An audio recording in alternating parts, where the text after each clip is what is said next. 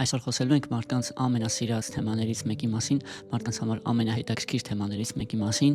այն մասին, թե ինչպես է աշխատում կարման, կարմայի օրենքը կամ ճակատագիրը։ Ընդհանրապես, այս կյանքում ապրելիս անընդհատ ինչ որ իրադարձություններ, ինչ որ երևույթներ տեսնելիս մեր մեջ կամա թե ակամա հարցեր է առաջանում, թե ինչի է այս կամ այն բանը տեղի ունենում իմ հետ, կամ ինչի է այս բանը տեղի ունենում աշխարհում, ինչի են որոշ մարդիկ տառապում, իսկ որոշ մարդիկ անհոգ, երջանիկ ապրում, ինչի են որոշ մարդիկ չգիտեմ, ծնվում ինչ որ լավ հանգամանքներում, որոշները հակառակը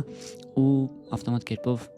որոշակի պատասխան ես ուզում ստանալ այս հարցերին ու այս հարցերի պատասխանը կարելի է ստանալ հասկանալով թե ինչպես է աշխատում կարմայի օրենքը։ Բhagavad Gita-ի 13-րդ գլխի 21-րդ տեքստում ասվում է «Կարյա կարանամ կարծրիտվե հետուր պրակրիցիր ուչատե»։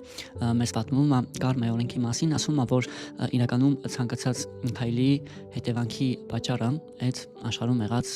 օրենքներն են։ Մասնավորապես կարմայի օրենքը, իսկ այն թե ինչա մեզ է տեղի ունենում դրա պատճառը մենք ինքներս ենք։ Եկեք փորձենք հասկանանք, թե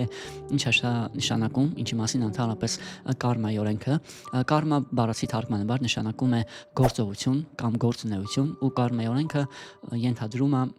կարճ ասած արարք եւ հետևանք, այսինքն որոշակի պատճառ-հետևանքային կապ մեր քայլերի ու մեր հետեւանքով ունեցող իրավիճակների միջև դա ենթադրում է, որ ցանկացած քայլ, լինի դա չար, բարի, ինչ որ մենք անում ենք, դա որոշակի կարմա է, որը որ ժամանակի ընթացքում մեզ որոշակի հետևանք է բերում, ու դա նաև տրամաբանորեն ենթադրում է, որ կյանքում ցանկացած բան, ինչ որ մեր է տեղի ունենում, դա մեր նախկինում արածների հետևանքն է, այսինքն մեր կարմայի հետևանքն է, լինի դա այս կյանքում, թե նախկին կյանքերում կուտակած կարմա։ Այդ երևույթի մասին իրականում միայն վեդաներում չի, որ խոսվում է, այդ մասին կգտնեք նաև նոր կտակարանում, որտեղ ասվում է ինչ ցանես են կհնձես, նաև Հիսուս Քրիստոսն է ասում, վերաբերվիր ուրիշներին այնպես, ինչպես որ կուզես քեզ վերաբերվեն։ Այդ մասին գիտելիքը նաև այլ սուրբ գրություններում, այլ հոգևոր գրություններում, օրինակ Թալմուդում ասվում է, որ ինչպես որ վերաբերվես ուրիշներին, այնպես էլ Աստված կվերաբերվի քեզ։ Այս բոլորը իրականում այս կամ այն ձևով խոսում են նույն օրենքի մասին, պատճառ-հետևանքային կապի կամ կարմայի օրենքի։ Ամենասկզբից ուզում եմ նշել, որ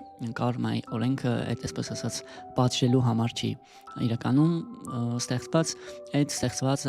որոշակի կյանքում բալանս պահելու ու մեզ որոշակի դասեր սովորեցնելու համար։ Այսինքն կարմայի օրենքը, երբ որ մեզ ինչ որ իրավիճակներ են տեղի ունենում, խելացի մարդը ավտոմատ կերպով սկսում է մտածել, թե ինչի սա եղավ, ինչ անեմ, որ էլ չկրկնվի, փորձում է վերանայել իր պահվածքը, վերանայել իր քայլերը, սովորում է ճիշտ ընդունել իր տեղի ունեցող իրավիճակը, այսինքն ընդհանուր առմամբ որոշակի դասերի միջով է անցնում, նաև կարմայի օրենքը որոշակի բալանս է պահպանում կյանքում, օրինակ Օրինակ, երբ որ մարդը երկար ժամանակ չափից շատ օրինակ ալկոհոլ է օգտագործում, ինչ-որ մի բան հիվանդանում է ու էլ չի կարողանում օգտագործել։ Բժիշկները իրան արգելում են օգտագործել։ Ինչի որովհետև ինքը որոշակի բալանս է խախտել ու կարմայի օրենքը վերականգնում է այդ բալանսը։ Կուզեի նաև նշել այն մասին, թե ինչպես է մարդը իր կարման կուտակում, ընդհանրապես 3 ուղի կա, 3 գործողություն կա, որ անելով մենք կարմա ենք կուտակում, մենք դա անում ենք արարքներով, այսինքն ինչ որ արարք ենք անում, դա որոշակի հետո կարմայի է բերում։ Երկրորդը մենք դա անում ենք մեր խոսքով, կարող ենք խոսքով կարմա կուտակել, ու երրորդը կարմա կարող ենք կուտակել մեր մտքերով։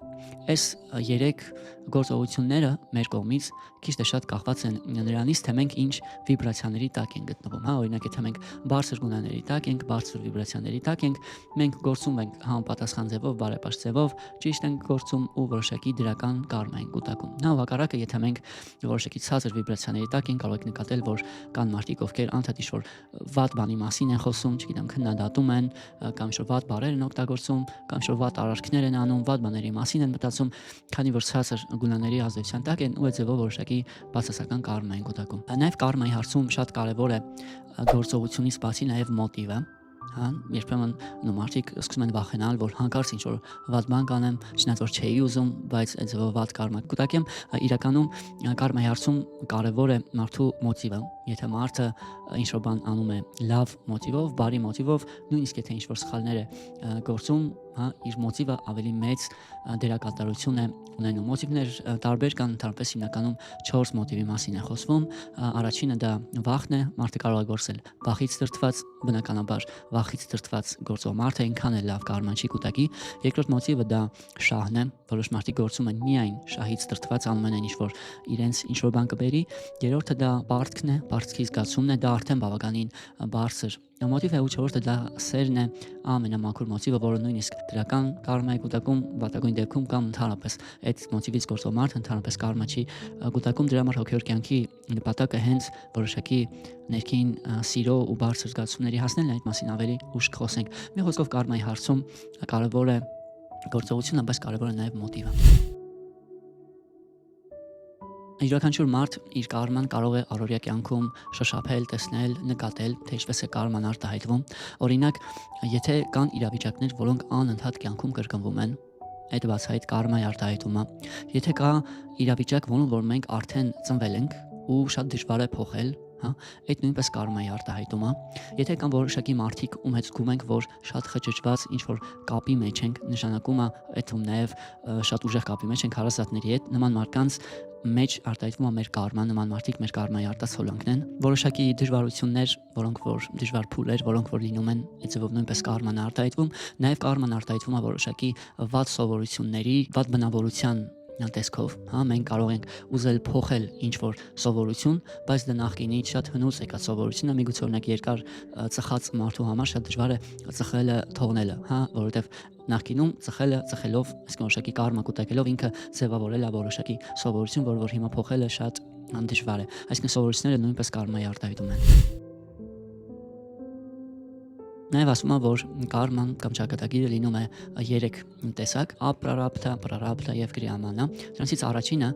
ապրարաբդը նշանակում է դեռևս չհասունացած։ Այսինքն մենք ինչ որ քայլեր ենք արել, մարդը ինչ որ քայլեր է արել, դրանք կուտակվել են, բայց դեռևս չի հասցրել դրանց հետևանքները ստանալ, բայց շուտով ստանալու է։ Երկրորդը դա այն կարման է, որի հետևանքները մեզ արդեն եկել են, այսինքն մենք արդեն որոշակի իրավիճակում ենք, արդեն որոշակի ընտանիքում ենք եւ այլն եւ այլն։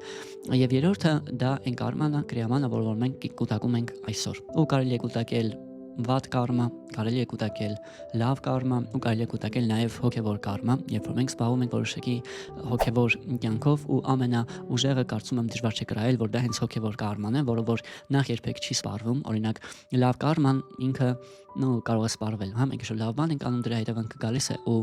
այդքանով սպառվում, վերջանում է։ Իսկ հոգևոր կարման մարդուն բերում է հոգևոր բարիքի, օրինակ երբ որ մենք ինչ-որ հոգևոր աղոթք ենք կրկնում մեր խոսքի միջոցով, կամ ինչ-որ հոգևոր գործունեություն ենք, ծառայություն ենք ծավալում, այդ մեր համար կուտակում է հոգևոր կարմա, որը որ արդեն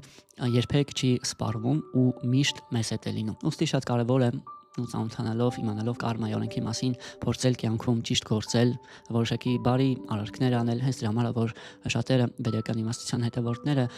բուսակեր են դառնում, ինչի որովհետև երբ որ մենք միս ենք ուտում, այս կամ այն ձևով մասնակցում ենք մսի կամ այդ կենդանու սպանությանը, ընդհանրապես վեդաներում ասում են, որ ամեն գործողության համար կարման կիսում են 6 մարդիկ,